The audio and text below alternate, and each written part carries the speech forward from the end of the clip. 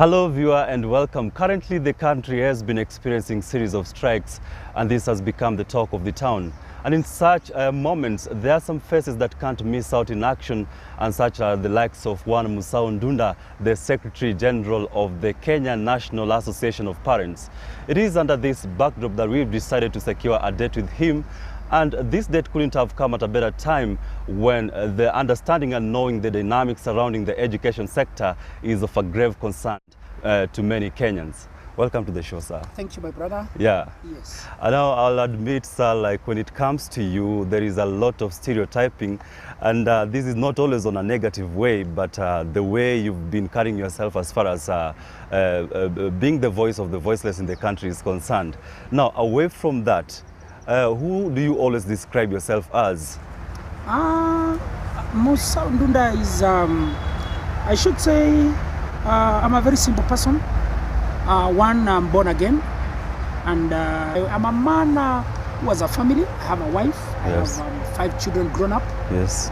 I think my firstborn is of your age. I'm also a businessman. Yes. Yes, I run a business. I've been a man who has been in business for quite some times. Yes. And therefore, that's all what I am. Yeah, and the way we've known you, Bwana Musau, you've really agitated for the parents of this country as far as the education sector is concerned. And we know that you people on the labor front or on union front, your time is much concentrated on whatever you do. Do you really get time to be with your family? And if yes, how do you balance your time? I should say that's a very big challenge. Yeah. This kind of job that we do is a really tight job. But I'm very grateful that I have an understanding wife and children who really understand what their father does. I can say that in a day, my calendar is extremely tight. Yeah, and Bwana Musau Dunda, is this what you dreamt to do in future, like when you were young? Let me tell you, I'm happy that you're asking a very important question. You know, our system of education is a system that where you find children are so narrowed, and when I talk about narrowing our careers, you will find that children have a lot of energy to do things, but they don't have that kind of exposure. Yeah. And therefore, when I was young, I was yearning. In fact, I remember the first job that I got was to be an engineer with the airways. Yes. You know? And therefore, I was feeling, oh yeah, this is something. But along the way, let me tell you, along the way, something happened, and it reminds me of that time in 1976 when I fell sick out of nowhere. And so after 1 month, I started asking God. In fact, I remember I went and prayed, and really seriously prayed. I was asking God, what is all this? Why did you allow me to go to the hospital, this and that? And then a voice came and God told me, I never chose you to be in engineering. And so the Bible says, thank God for everything. I said, okay, thank you, if that's not my way. So I tried every way. You know, let me tell you, before you know your line of specialization, I want to tell you, you'll move from one corner to another. And so I tried a lot of areas. You know, I tried a lot of areas until sometimes in 1998. No, sorry, in 1988. Yeah. Is when I met a friend. And this guy is now called is a late Mushiri. And I went to Mushiri somewhere where he was doing his business. You know, I was now doing a lot of business. And I looked at the way this guy was talking, and I said, I want one day to be like him. The guy looked so aggressive. The guy looked so wonderful. And by this time, you were not aggressive as you were. No. My friend, I'm now super. I'm not a graduate, my friend. I think I have a PhD in talking. Yeah, that is true. So that time, I looked at Mushiri and I said, the guy looked so aggressive, the guy looked so convincing. And I said, no, let me do it. And let me tell you, the one thing that I like is that when I pick an idea, I move with it. So in 1989, I picked his idea. And I started a business related to him, but this time in Machakos. When you go to Machakos, I'm a very popular person. And my popularity was, I started when I was very young, in my 20s. Among the trade unionists or people who always agitate for the rights of the others in the country, to be aggressive Is it a qualification? No. Let me tell you. You know what happens? Let me tell you what happens. One, I'm not a trade unionist. That has never been my life. It's only that it's an area of advocacy. Today, one thing that I'm telling people is that, you know, I just wonder, you young guys like you, when you are going out there and you know, you want, you're looking for employment. And I'm telling guys, there's a lot of job in this country. In fact, there's a lot of money in this country. If only you are advocates. You know, if, for example, if you advocate for something like soil erosion, and you pick that one as an agenda, and go with it, don't change. That's why every time I talk about parents, why? Pick something, don't be distracted, move with it.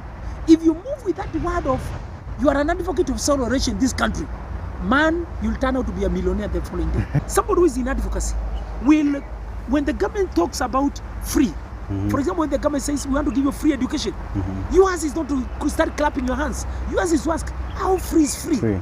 And to what extent free should be free?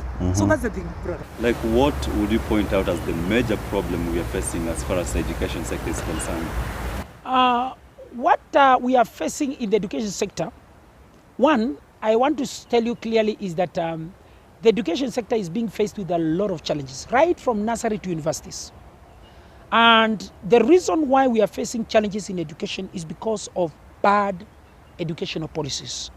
One, we are operating with an education law that was enacted 45 years ago. So what we are saying is that the education sector has been facing challenges because of uncoordinated policies in this country. And let me tell you one thing that you may not understand is that as a country, we do not have a master plan. As a country, the master plan that was guiding education expired 2 years ago. So we don't have. So when you're asking people about questions about education, and yet they don't have a master plan, they don't know where they are coming from, where they are going, then of course you'll now understand that we're also in problem. But I'm grateful that now we have a minister who is coming in with one purpose, and his aim is to ensure that we have credible educational laws in this country, right from nursery to universities. Yeah, and the same minister you are lauding, Bwana Musau, during this week we've seen him like being under fire because of the issue of the teachers' strike. Like, what is your opinion concerning the teachers' strike? No, you see, one thing that my brother, you must realize is that what teachers are asking is their right. And nobody should ask me what's your view about the teachers' strike, because even you, in your working place, if you don't get that recognition, if you don't get that good package, you have a right of demanding. But you see, the problem with our government is that they wait until things are out of hand is when now they call you. And I think that's a very bad way of approaching issues. So what we are appealing to the government and even to the authorities concerned is that let us address issues even before. The moment you see any smoke anywhere, can you call these people? Can you get into a dialogue? Can you discuss with them? Because things are at a standstill. Schools are not, our schools are at a standstill, you see. Now, one of the challenges that you must realize, and is very important for you to understand, this strike is coming at a very critical time.